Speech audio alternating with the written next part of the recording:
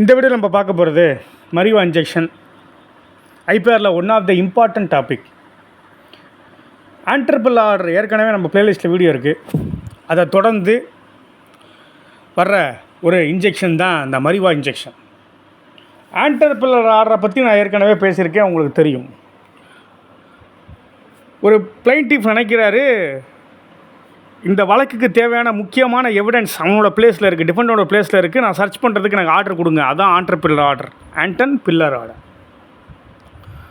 போய் சர்ச் பண்ணி அவர் அந்த எவிடன்ஸை எடுத்துகிட்டு வந்து கோர்ட்டில் ஒப்படைக்கலாம் அப்படிங்கிறது தெரியும், நான் சொல்லியிருக்கேன் வீடியோவில். அதை தொடர்ந்து மரிவா இன்ஜெக்ஷன். இந்த மரிவா இன்ஜெக்ஷன் எதை பற்றி பேசுது அப்படின்னு சொன்னால், சொத்தினை முடக்கி வைத்தல். கோர்ட்டில் கேஸ் நடந்துக்கிட்டு இருக்குது, பிளைன்டிஃபுக்கு சாதகமாக தீர்ப்பு வர்ற மாதிரி இருக்குது.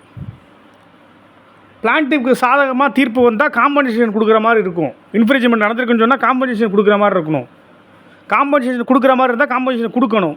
சரி, பணம் இல்லைன்னா சொத்தை அட்டாச் பண்ணணும், ப்ராப்பர்ட்டியை அட்டாச் பண்ணணும். இப்படி இருக்கிற சூழ்நிலையில் டிஃபெண்டண்ட்டை பார்த்துட்டு ப்ராப்பர்ட்டியை அழிச்சு விட்டான்னா, ப்ராப்பர்ட்டியை அழிச்சிட்டான் மீன்ஸ் அப்படின்னா என்ன அர்த்தம்?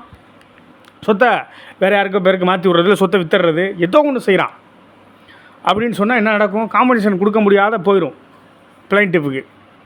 அப்படி போகக்கூடாது அப்படிங்கிற காரணத்துக்காக கோர்ட் என்ன பண்ணும், அந்த கேஸ் நடக்குதுல்ல அந்த காலகட்டத்தில் சொத்தினை முடக்கி வைத்தல், அதுதான் மரிவா இன்ஜெக்ஷன். இழப்பீடு பெற்று தர்ற வரைக்கும் சொத்தினை முடக்கி வைத்தல்.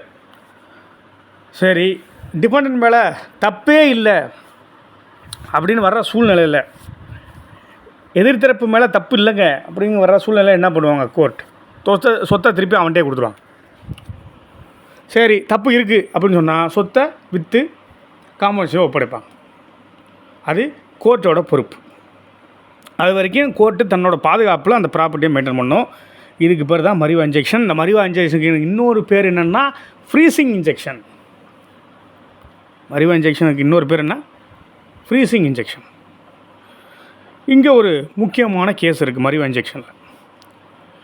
இந்த இன்ஜெக்ஷனை பொறுத்த வரைக்கும் ஆன்ட்ரிபிள் ஆர்டராக இருக்கட்டும், மரிவா இன்ஜெக்ஷனாக இருக்கட்டும், இன்ஃப்ரிஞ்ச்மெண்ட் அப்படின்னு கேட்டாவே நீங்கள் இந்த ரெண்டு இன்ஜெக்ஷன் எழுதலாம், ஆன்ட்ரிபிள் ஆர்டர் அண்ட் தென் மரிவா இன்ஜெக்ஷன். இங்கே முக்கியமான ஒரு கேஸ் இருக்குது, நிப்பான் யூசன் கைசா. நிப்பான் யூசன் கைசா நான் ஸ்க்ரீன்ஷாட்டாக ப்ரொவைட் பண்ணுறேன், நீங்கள் கவலைப்பட வேணாம். நிப்பான் யூசன் கைசா வர்சஸ் காரா ஜார்ஜியாசிஸ். நிப்பான் யூசன் கைசா வர்சஸ் காரா ஜார்ஜிஸ். 1975 வந்த கேஸ். முக்கியமான கேஸு மரிவா இன்ஜெக்ஷனை பொறுத்த வரைக்கும்.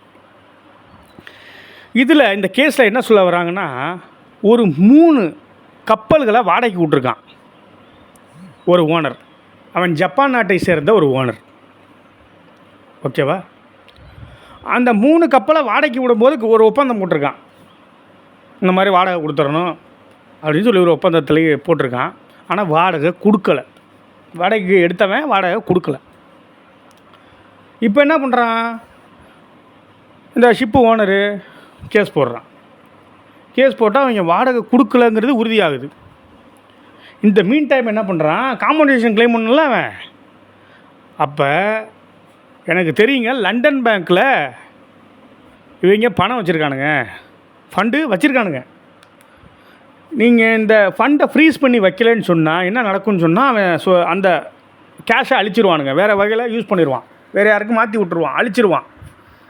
இப்போ நீங்கள் இதை ஃப்ரீஸ் பண்ணி வச்சா மட்டும்தான் எனக்கு பணம் கிடைக்கும், ஓகேவா? புரியுதா? அப்படிங்கும்போது இது ஃப்ரீசிங் ஆர்டரை நீங்கள் கொடுக்கணும் அப்படின்னு சொல்லி இங்கே தான் மரிவா இன்ஜெக்ஷன் வருது. Important case for Mareva injection. உடனே கோர்ட் என்ன பண்ணுறது பார்க்குது, கரெக்டு தான், லண்டன் பேங்க்கில் பணம் வச்சுருக்கான், இதை ஃப்ரீஸ் பண்ணி வச்சுருவோம் கேஸ் நடந்து முடிகிற வரைக்கும். இவங்க மேலே தப்பு இருக்குங்கிறது தெளிவாக தெரியுது. அப்போ compensation will be provided to plaintiff.